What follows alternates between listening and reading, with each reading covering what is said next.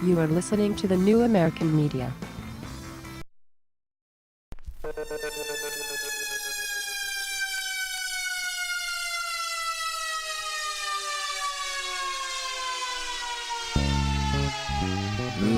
Live from the Milky Way galaxy, the solar system, planet Earth, North America, the United States of America, California, Los Angeles to be specific. Hello, everybody. Welcome. It is Friday. You know what it means. It's time for The Unhappy Hour. I'm your host, Brian Engelman. Welcome to the New American Media and TNAM Radio. Hey, where's Dwight Howard going? What's going on in free agency? I know, you never stop talking basketball. Never stop talking basketball. We should be talking about the Cleveland Indians, who were, at least briefly, in first place. And the Tigers took over. You know, that stuff happens. It's a long season, but at least they're competitive halfway through, and maybe they won't collapse like they did last year. We could be talking about Urban Meyer and the Ohio State Buckeyes. Can they repeat undefeated? Yeah, we could talk about that. But why would we talk about that? Why would we talk about that when the headlines read, Rockets win Dwight Howard sweepstakes? Is that a fact? Is it a done deal? I'll tell you what. Enough of me chatting. Let's bring in NBA scout and lifelong Cleveland sports fan and good friend of the program, Zak Baris, our regular NBA analyst here. See what he thinks.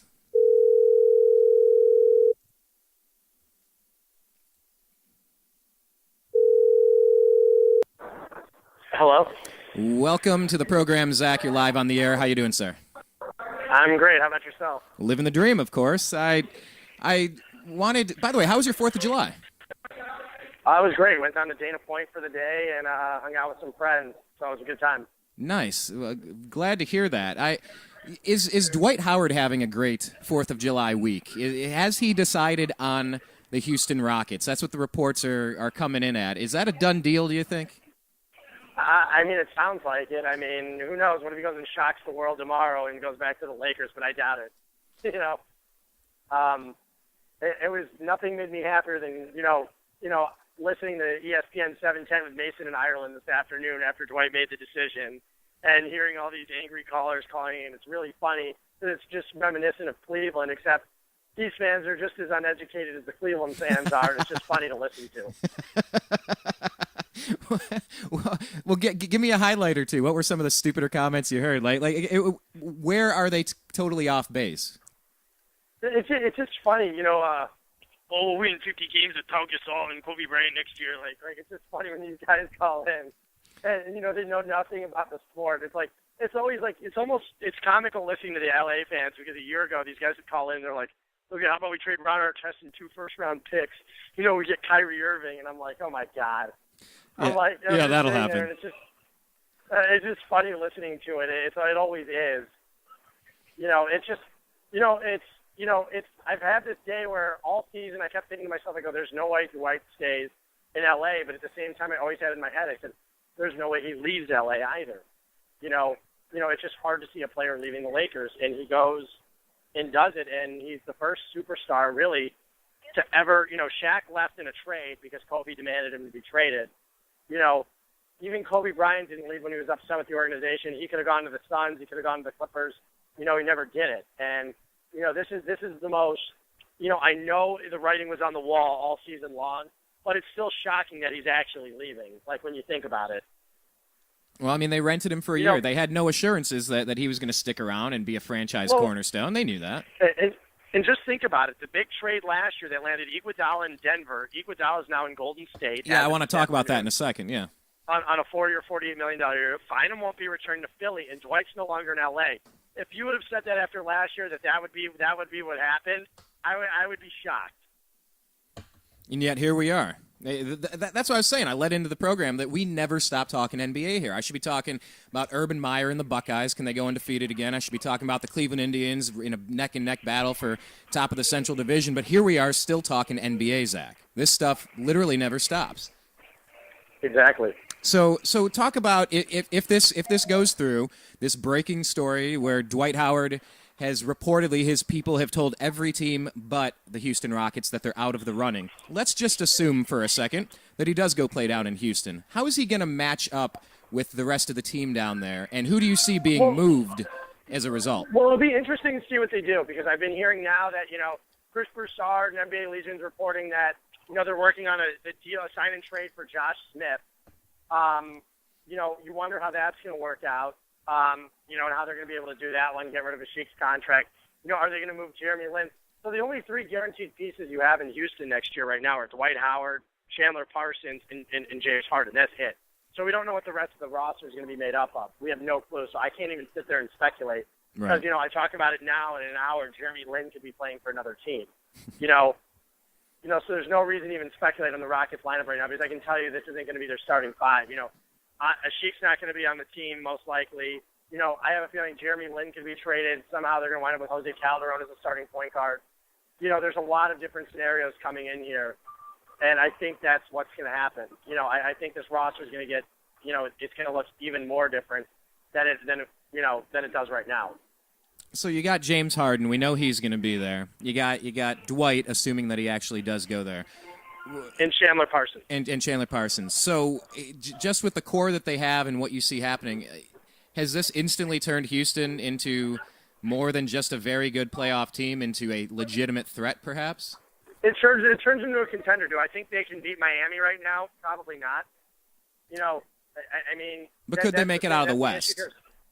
Yeah, I think the West. I think the West it's good. There's a lot of very good teams in the West. There's no dominant team in the West.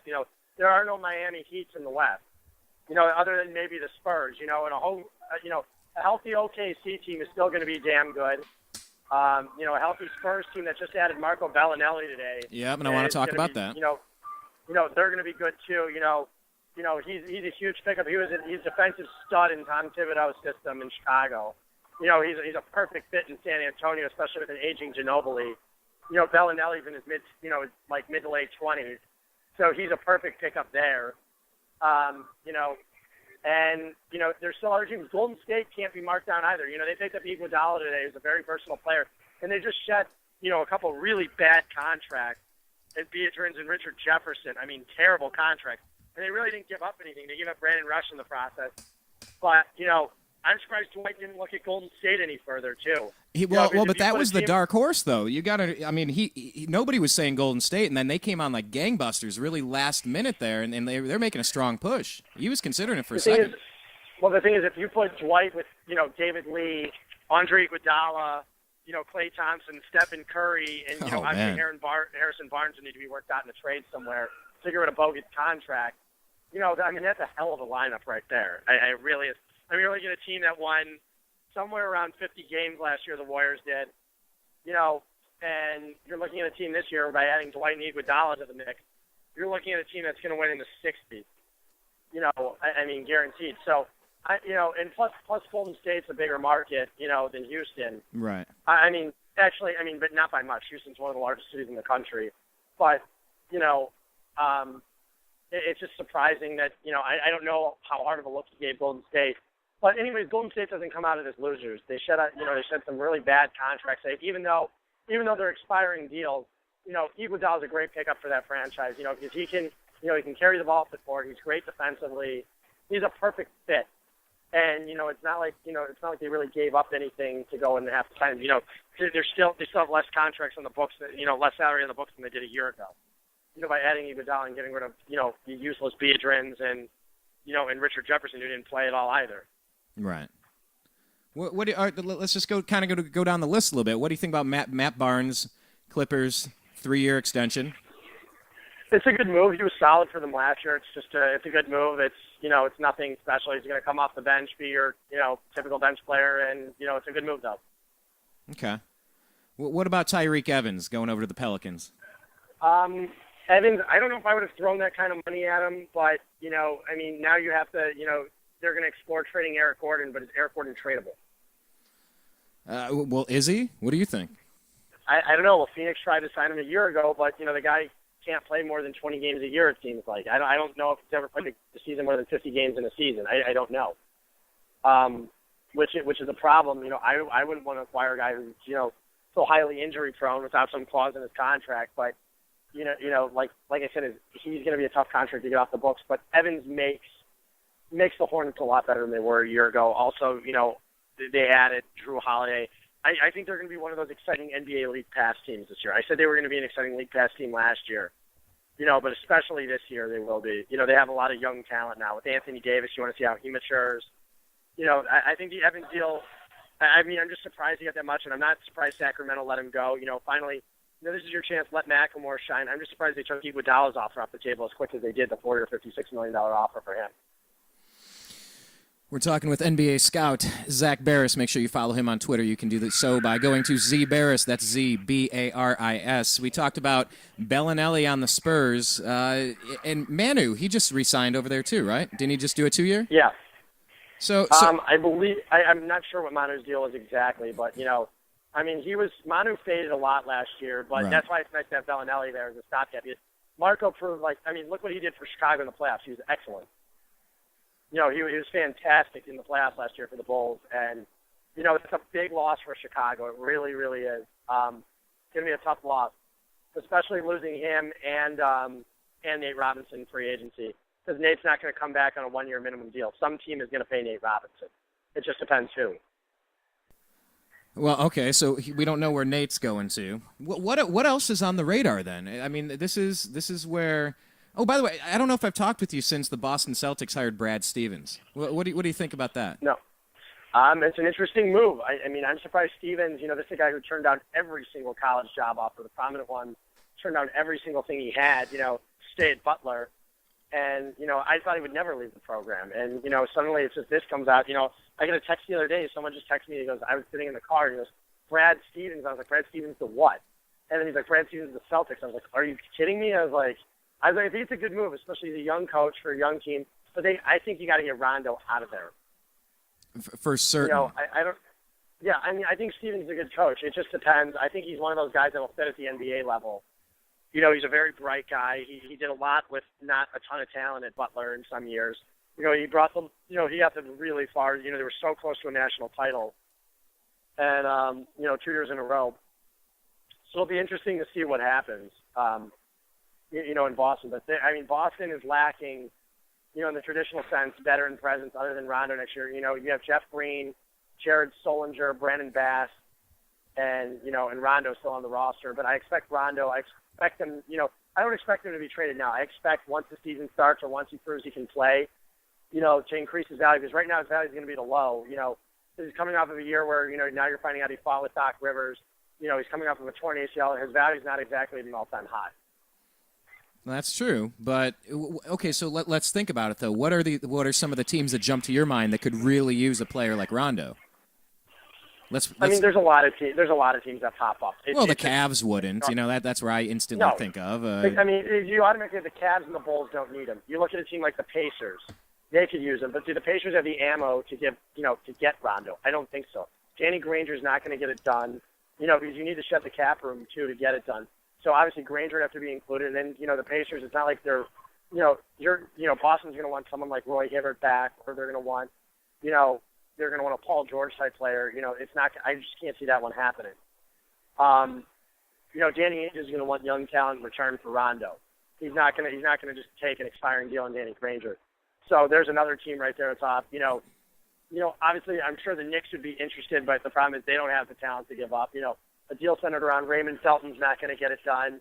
And, New York's doing all they can right now to keep Carmelo Anthony in town. There's no guarantee that Carmelo's going to stay with them after this. That is true. That's very true. Yeah. Don't forget, we now have there's an opening now in the L.A. Lakers. For superstar. In a year, and they're going to have to catch it. I'm just saying, it has to come to mind. One of those big veterans is most likely going to sign with the L.A. Lakers. It all hinges on Kobe Bryant coming back. Kobe's just playing another 3 years, and it's for the Lakers. I think it's going to be a lot harder to lure LeBron or Carmelo to town. I don't see LeBron coming to Lakerland anyways. I can't. Well, and we had somebody on our Twitter feed asking you, one of our regular listeners. He said, Zach, so are you still sure? Are you still a strong believer in the fact that LeBron will wear a Cavs jersey? He asked you again, and I saw you reply, yes. Yes, one word answer. Another team, like I said, you can't count out right now because they're an incredibly talented roster, are the Chicago Bulls with LeBron next year. I'm not saying LeBron's going to go to them, but this is a team that Luol Deng's contract will be up the book.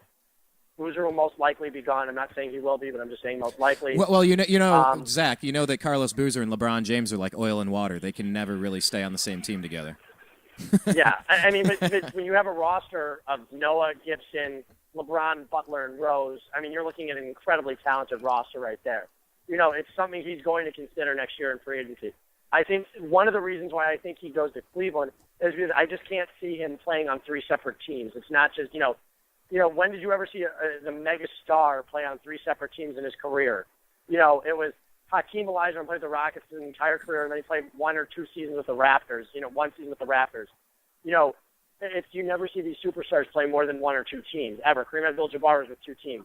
Magic Johnson with one. Jordan with two. He played for the Wizards at the very end. Pippen was in a Blazers and a Rockets uniform eventually, but that was at the point when he was starting to wind down. And the Bulls were blown up. He didn't really have a choice at that point. There's other, really you never see mega stars play with three teams in the NBA. It just doesn't happen. I thought of Shaq. Shaquille O'Neal though was traded though. Shaquille O'Neal was with the Magic and the Lakers. He was traded to the Heat. He extended with the Heat. He was then traded to the Suns, traded to the Cavs, and then he signed a one-year deal with the Celtics. But I'm not talking about LeBron will still be in his glory years. I cannot see LeBron playing with three teams in the prime of his career. I just cannot see that happening.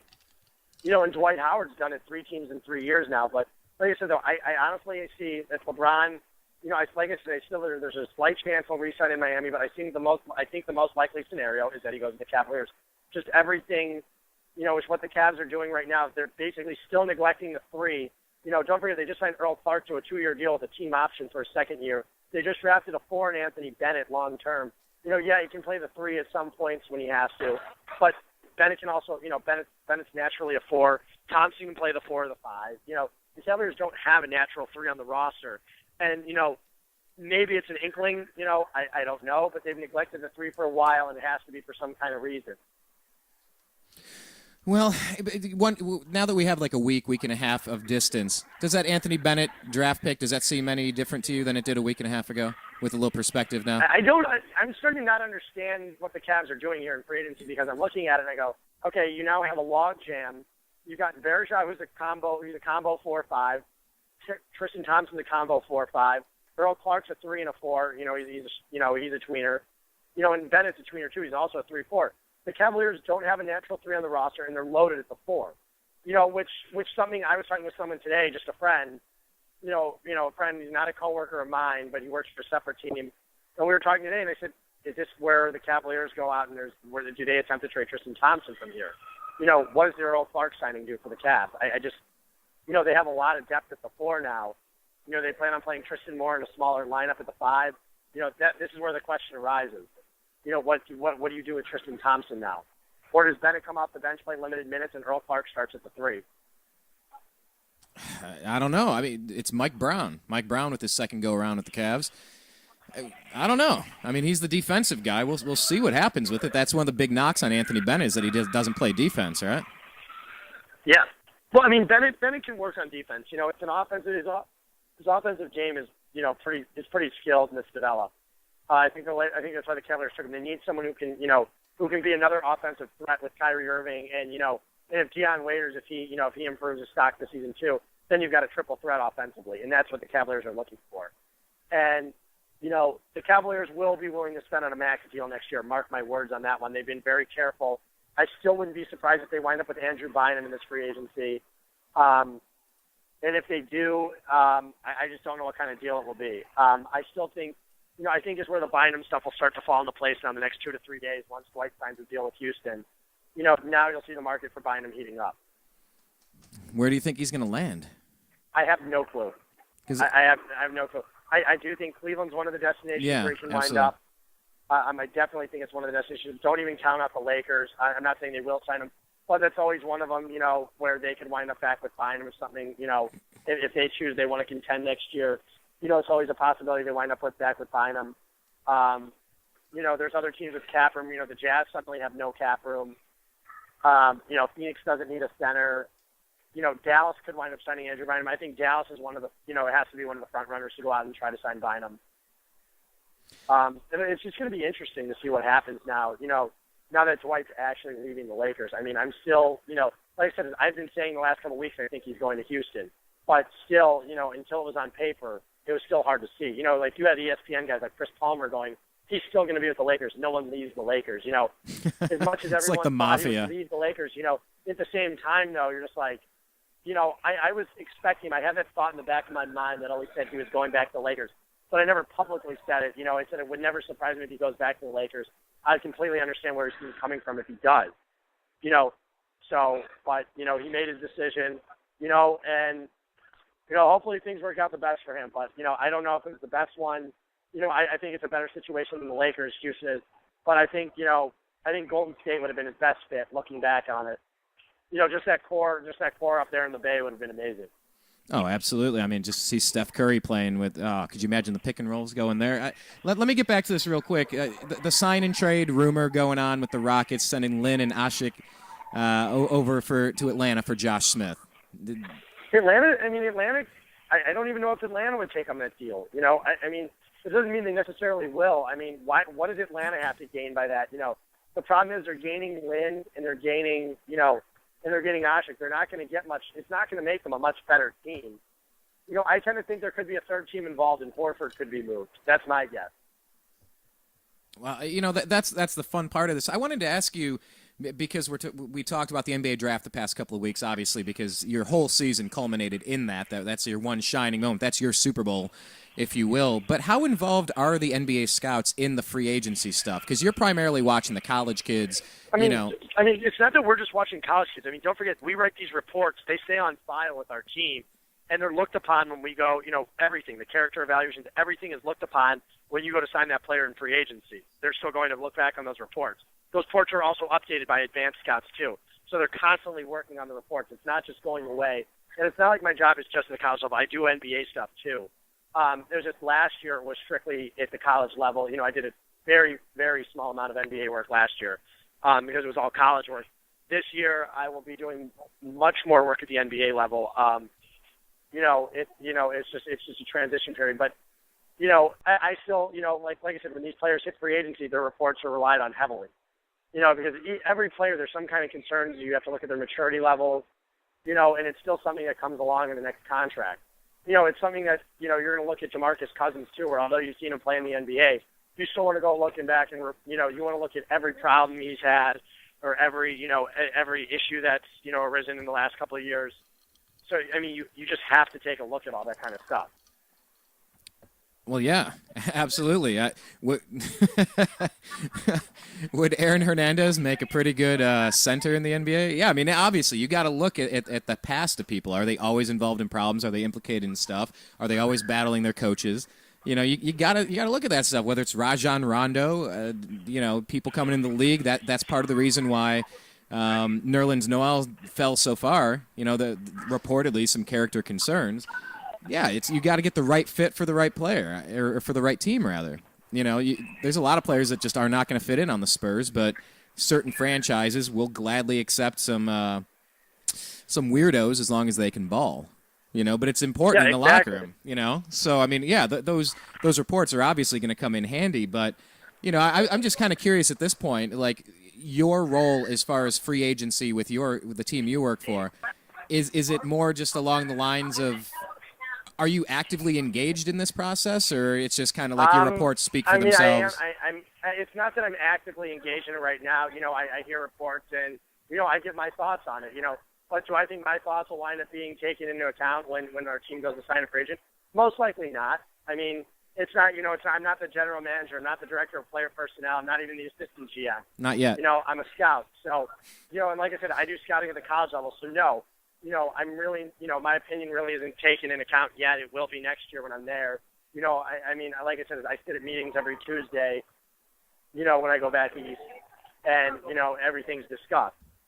So right. It's just a matter of, you know, it's just a matter of time, you know. And like I said, I'm a 25-year-old kid. I'm not a 35-year-old adult who's been in the business forever. Like I said, I graduated college 3 years ago, you know, worked for 2 years as a scouting high school and college kids, and now, you know, I'm scouting, you know, I've been scouting strictly college kids, and now this year I'll be doing college and a little bit of NBA.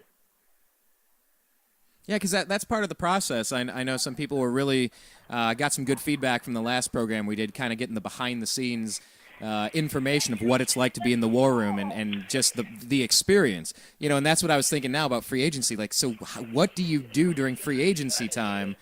Because I don't know. It's just a world I don't understand. Just like being an airport mechanic. It's a process because it depends. It depends what a coach. If a coach likes a player, or the general manager likes a player. Usually, a coach will have his thoughts. Mike Brown probably wanted Earl Clark from L.A. Probably had great things to say about him in the year. In the time that he had with them. So Earl Clark was probably based. Brown probably gave his recommendation. To Chris Grant, obviously has a say in personnel. Most coaches have a say in their team's personnel. Well, absolutely. And, that's just what I'm trying to figure out. As all these different pieces keep moving, what else do you expect? I didn't ask you, Chris Paul. What are your thoughts on Paul staying with the Clippers? He made the right move. I mean, like I said all along, I think it would have been hard for him to leave L.A. There's always speculation that he could team up with Dwight, but I threw out the Atlanta possibility as not being realistic a while ago. Dwight never wanted to go back, and I think if they actively talked about it, it was short. But once Chris Paul got to stay with having Doc Rivers there and Del Negro was gone, you knew Chris Paul was staying. Doc Rivers would have never gone to the Clippers without Paul. I think he made the right decision long term. We'll see if it works out.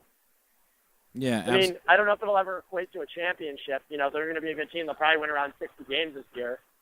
But I don't think they're as good as Miami. I don't think they're as good as San Antonio still. They still have some holes on the roster. I think Redick was a nice fit.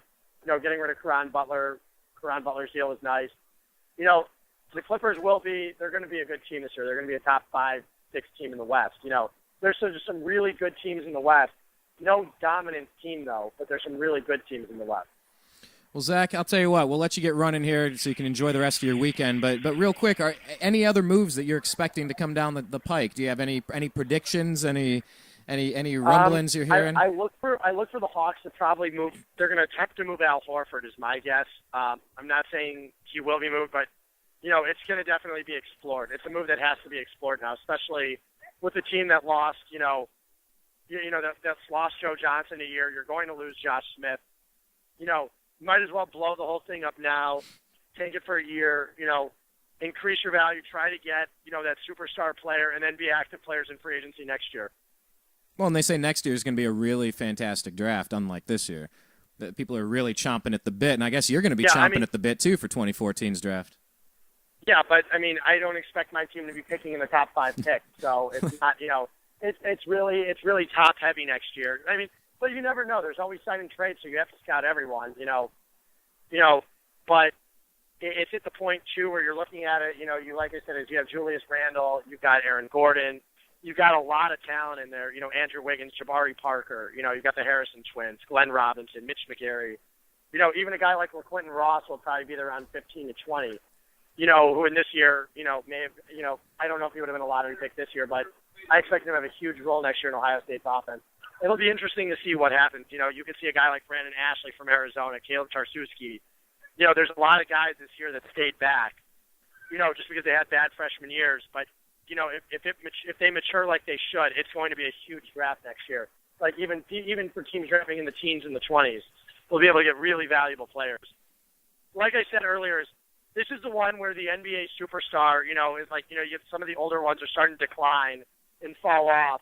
So the NBA, there's not a ton of talent right now, but next year's draft will restore the talent in the NBA, kind of like the draft did in 2003, really in 2004. When you had all those guys coming in, like when you had Chris Paul, Darren Williams, Kevin Durant even, just between 03 and 07, those 4 drafts right there, for the most part, brought in a ton of talent. There was one draft which wasn't great, but for the most part, you had some incredible drafts. When Durant came in the league, it's just over the last couple of years, you had superstars. This year, I don't know if there's going to be a superstar coming out of this year's draft, doubtful. But, they also said it a couple of years ago about Kyrie Irving not becoming a superstar, and look at him. So you never know. But next year's draft has the makes of a lot of superstar potential, which will restore talent all around the league. Well, hey, let's hope Chris Grant gets it right 2 years and twice now. Let's hope that Anthony Bennett can turn into something good. But all right, well, here we are. I don't know. I guess we're probably going to see a lot of stuff happen this week. The Dwight deal probably finalized. We'll see Bynum land somewhere. I guess speaking next Friday, we'll still probably have some important stuff to talk about, won't we, Zach? Oh, yeah, definitely. Free agency is far from over. Absolutely. Well, I'll tell you what. Get back to what you're doing. Enjoy the rest of your weekend. Once again, everybody, if you're not following Zak on Twitter, please do so. He's at Z Baris. That's Z-B-A-R-I-S. Zak is a lifelong Cleveland sports fan and NBA scout. Any final words for everybody? No, thanks again for having me on. As always, I appreciate it. All right, thanks, Zak. Stay safe. Have a good weekend. We'll talk with you soon. That was Zak Baris, good friend of the program. Always good insight in the world of the NBA. Looks like the Dwight Mare is finally over. He's going to belong to Houston for a while until he gets unhappy and starts sulking and wants to go to another team. We'll see how it goes. Well, I'll tell you what. We're going to take a brief time out here on the TNAM radio network. We're going to kind of hit reset. We're going to shift gears. We're going to move from NBA action over to, I don't know, a overthrow, a coup, a complete government toppling over in Egypt that occurred yesterday, 2 days ago, right around the time that we're celebrating 4th of July, our own Independence Day, where we broke free from the shackles of oppression and tyranny and, some king thinking he's better than you. And that's what's going on in the world. There's also a whole bunch of stuff with the NSA, spying on people. The Edward Snowden case is still going on. Russia's trying to get him out of there, and he's stuck. It's kind of catch me if you can. It's interesting, and for these types of world events, we switch over to Agree to Disagree, our next program, and we're going to bring in special guest co-host Blake the Eccentric Wally, and you should check him out over at eccentricperspective.com. Check him out on Twitter at eccentric99, and on iTunes you can search Eccentric Perspective for the podcast. And if you haven't had a chance to ever do that, sign up for the podcast. Take a look. You can also check on thenewamericanmedia.com. It's the headline story there because Blake and I co-hosted a show yesterday on Independence Day, and we interviewed journalist Ben Swan. It was a really good 30-minute interview. Hope you guys can all take a look. But anyhow, we're going to wrap up the sports for now. We're going to see where all of this free agency madness, where it takes us, how it all shakes out by next week, and we'll probably be talking with Zak again. So, tell you what, like I said, brief pause here. My name's Brian Engelman. You've been listening to The Unhappy Hour. And we're going to shift over and we're going to talk global politics. Are you ready? Are you ready? Are you ready? You are listening to the New American Media.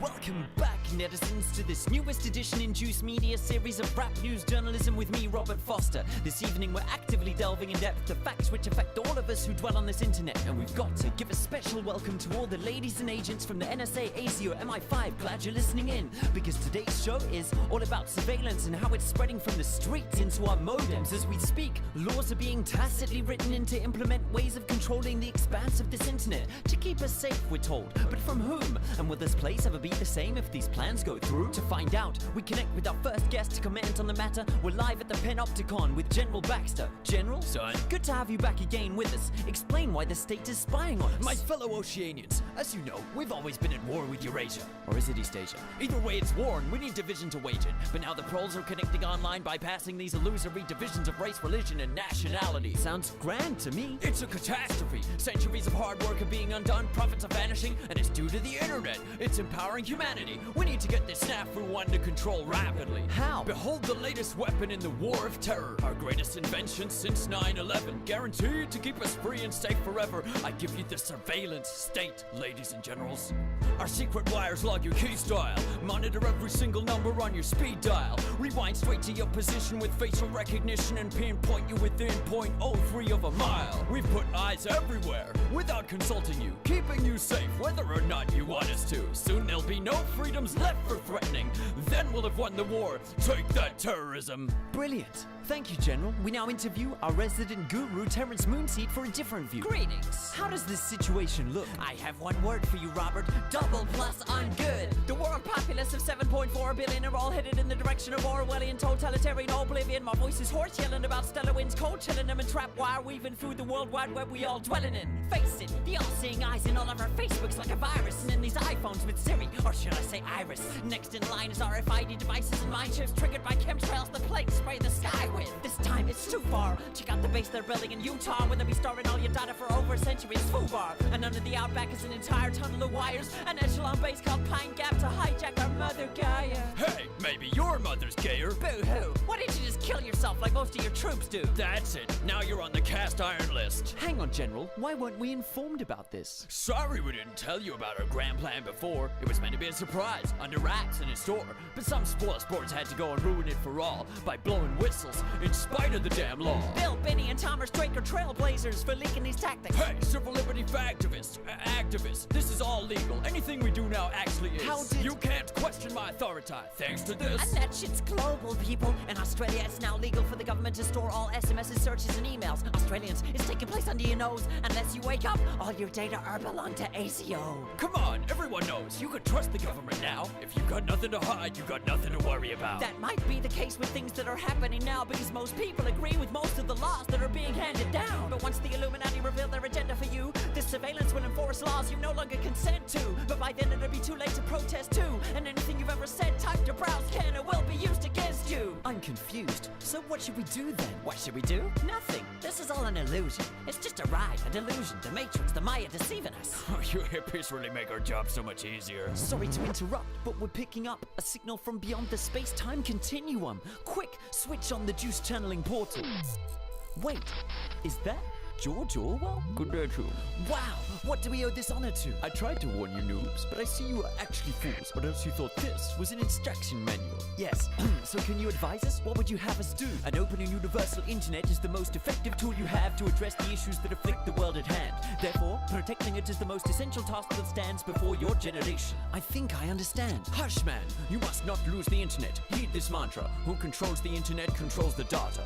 And who controls the data controls the future. We're losing you. I leave you with a tool to use. An onion? Don't be simple, Robert. This is but a simile. It stands for Tor. Tor? Google it. It's for anonymity. This onion router open network helps considerably against tyranny, but its abilities only work if all you use it consistently. And even if you don't use it, run it so its force swells. Thanks, Mr. Orwell. From now on, call me George Torwell. If we'd had such tools when I wrote this, well, it would have been so much simpler to tell Big Brother to go f*** himself. The mother sucking piece of shit.